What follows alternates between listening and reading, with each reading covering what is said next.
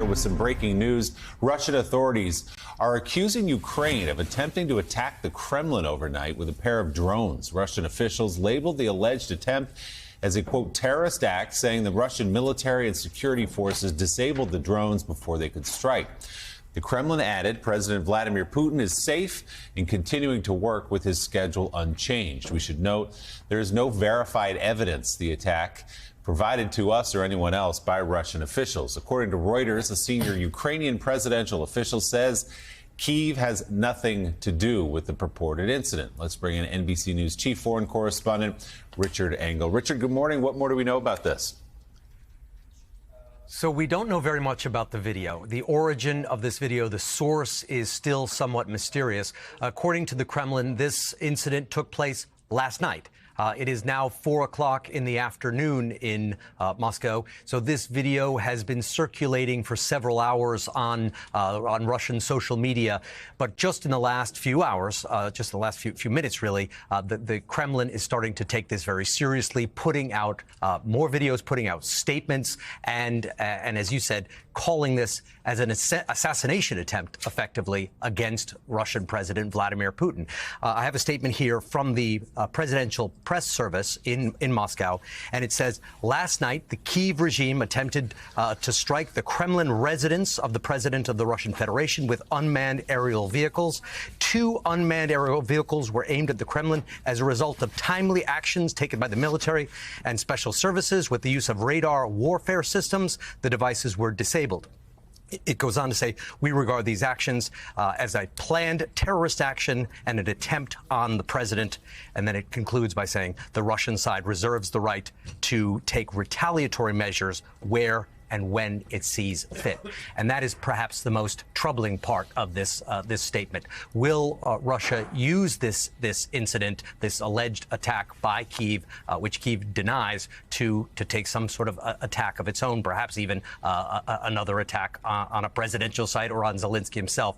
Zelensky is not in Kyiv right now. He's in Finland. And as you said, Kyiv not only denied this alleged attack, it said it had nothing to do with it, and went further by saying that it would be counterproductive, that attacking the Kremlin achieves nothing, and that it could provoke a radical response from Russia.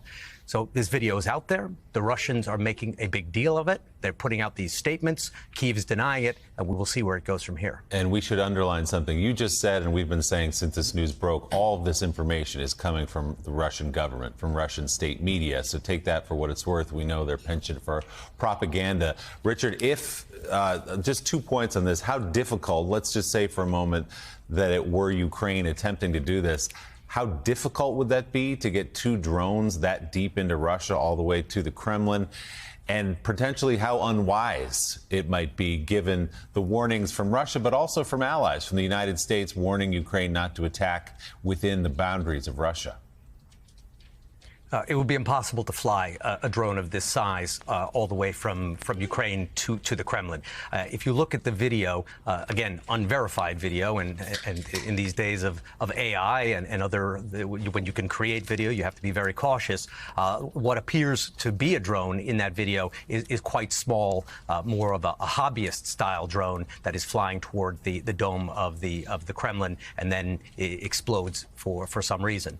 Apparently, according to sources on Russian social media, it was taken by people in the area, but it is not common. I've spent time around the Kremlin for people in the area to have their cameras trained right on the dome of the Kremlin at the exact same moment when some suspicious object is flying toward it. It is also not easy to fly drones in the area.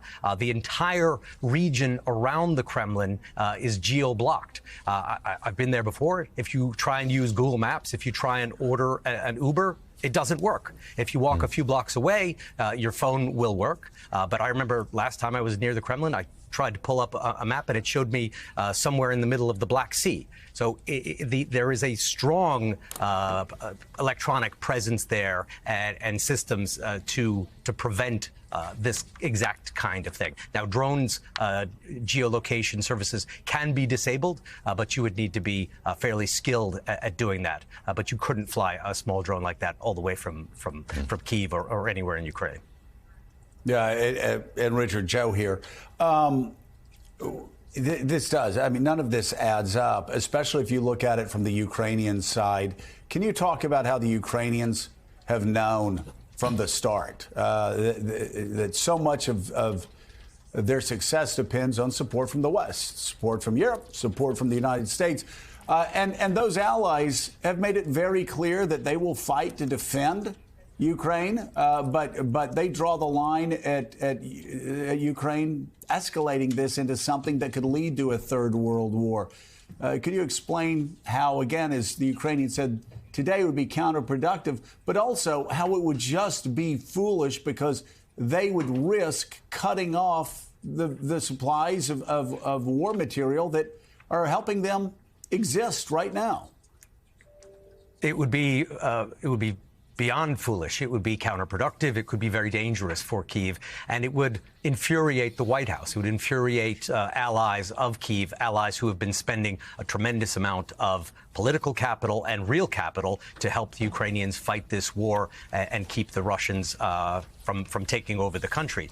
The United States has made it very clear that it would not support an attack like this, an attack that would frankly have no chance of success. A small drone like that fired against the roof of the Kremlin, how that is possibly an assassination attempt, unless Vladimir Putin happened to be standing on the roof at the time with a drone, a tiny drone. There is really no way that this would ever have any chance of success. So if Kyiv were to have done this, an attack that would be provocative, that would alienate allies, and that would have no chance of success, it seems that they would have no benefit of even carrying it out. That's if it was carried out by Kyiv. Now, if it is real, and we don't know the authenticity of this video, if it is authentic, it could have been done by Russians. It could have been done by the Russians themselves. It could have been done by Kyiv supporters in Russia.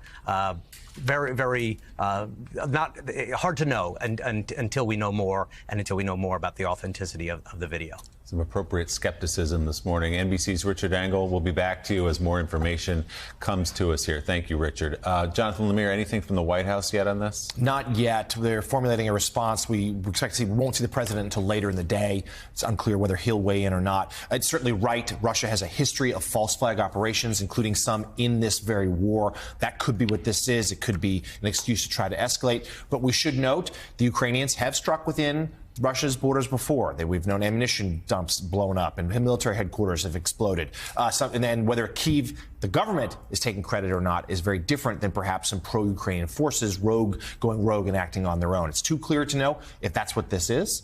There is, as Richard said, footage out there circulating of a small explosion at the Kremlin. But certainly the fear here is whether it is real, this is whether the Ukrainians did this, or a false flag. Does Putin either way use it as an excuse to escalate the conflict? And we just don't know. It would be hard to escalate the conflict right now, given the fact that they have gone out of their way to destroy most of the country of Ukraine. And you got to say, Willie, first of all, Richard, great reporting there. It would be impossible, first of all. It would be impossible for them to launch this drone attack from Ukraine. That's the first thing. Secondly, it would be impossible for somebody to be flying drones around the Kremlin, as he said, just because of all the signals that are scrambled, all the blocking, and also all the protection there. And third, we're left to believe that somebody was just sitting there in the middle of the night going, I think I'm going to just get my camera out and take video of the Kremlin. And it's fixed there when this little drone, again, a local drone, hits the top of the Kremlin. It just, again, it makes, the more we get into it, the more details we get, the more reporting we get, the more unlikely it is that Ukraine had anything to do with this.